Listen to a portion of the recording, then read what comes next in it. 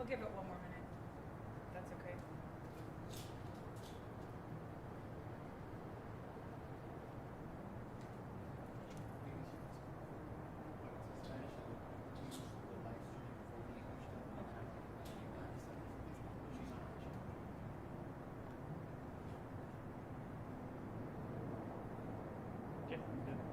You guys good if we start? Yeah, Okay. Good. All right. Well, good afternoon. As CC said, I'm Deputy Chief Shartner. I'm here to give you an update on the shooting that occurred this morning. So shortly after midnight this morning, our officers responded to the 1800 block of Metzerott Road in Adelphi for a shooting. Once our officers arrived on scene, they found 5 adult males suffering from various gunshot wounds. Our decedent, who's a 21-year-old male, was pronounced on the scene. 4 additional adult males, again suffering from various gunshot wounds, were transported to local hospitals. As we speak, one of those victims has been treated and released from the hospital. The 3 additional shooting victims remain at the hospital. But we're happy to say that we believe that all 3 of the remaining hospitalized victims will survive their injuries. At this point, what we know is that the group of males were hanging outside together outside of a apartment building in a common area. When they were approached by 2 males, there was an exchange of words between the 2 groups. And for unknown reasons at this point, the 2 suspects began to shoot into the group, obviously, which included our decedent and the 4 males that were suffering from gunshot wounds. Obviously, fire and EMS responded to the scene and transported the shooting victims.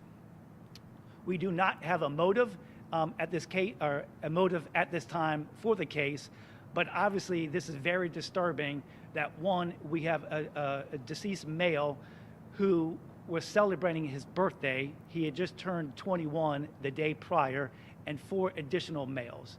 This is not acceptable anywhere, but especially in Prince George's County. We're asking the public to partner with us and implore them to help us to identify these 2 suspects. Again, the only thing we have in this case so far is that 2 males walked up to the group. There was an exchange of words, and for unknown reasons, indiscriminately shot at the group, obviously killing our decedent. As always, our Crime Solvers number is 1-888-411-TIPS, and they can also email us at pgcrimesolvers.com. Obviously, this is disturbing to have 5 individuals shot. Obviously, it was 1 too many, but this is not acceptable in our community, and we're certainly asking and wanting the public to partner with us so we can identify and bring these 2 suspects to justice.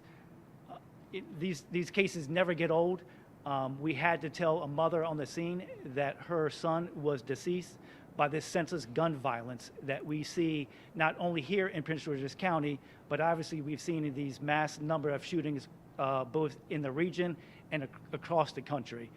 So that's why we're here today asking for the public's assistance in identifying these 2 shooters. With that, I will take any questions that we have at this point.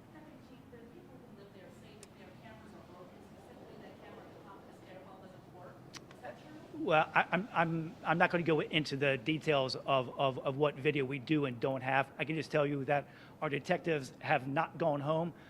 That's just one part of our canvas, looking for cameras there.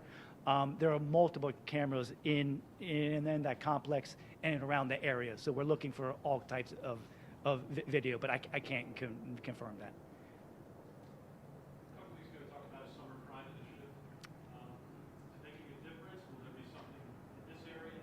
Yeah, so yes, so crime initiatives. So when Chief Aziz got here, he implemented a crime initiative, Operation Heatwave.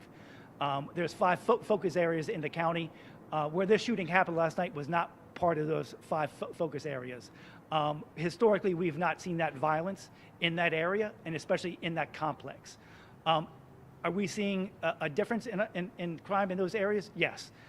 Is it to where we want it or expect it to be? No, but this is going to be a slow process.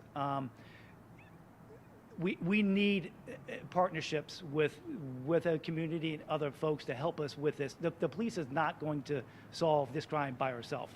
That's why I'm here imploring that the public, the community help us in identifying these people, as with the other 5 areas that we are focusing on. But we are seeing some improvements in those areas.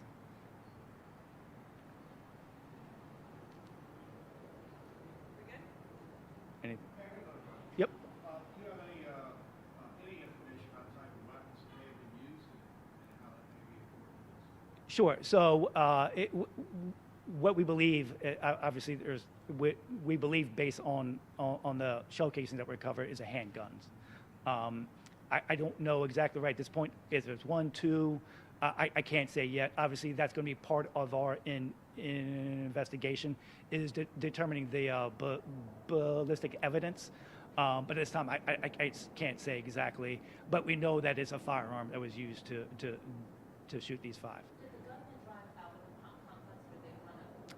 So as best as we know, the last time anybody saw them, they were on foot. So that's. Some people describe it to me as a group of 15 or so young people there. It was more than 5. So when we arrived, and what we know, there was a group of 6. There is one gentleman that was not struck by the gunfire. So what we know is 6 people at this point. But again, if somebody has information that there's other people that were out there or maybe saw something, that's why we're employing everybody or anybody who has any information to please call us. Obviously, this is disturbing, concerning that we have 5 young men and a young male who died essentially on his birthday, his 21st birthday. That's not okay, and that shouldn't be okay anywhere. So that's why we're asking the public's help to identifying these 2 shooters. Is there a word we can use to characterize the nature of this, for instance, a lockup or an ambush or something like that? Can you characterize it for us, please? Yeah, I mean, it was just, it was just an exchange of words. Like again, the 2 suspects that we know at this point walk up on foot. There is a small exchange of words, and again, unprovoked, we don't know why, but the 2 gunmen opened fire and struck the 5, and then fled on foot. Thank you, guys. Thank you. Thank you so much. Appreciate it.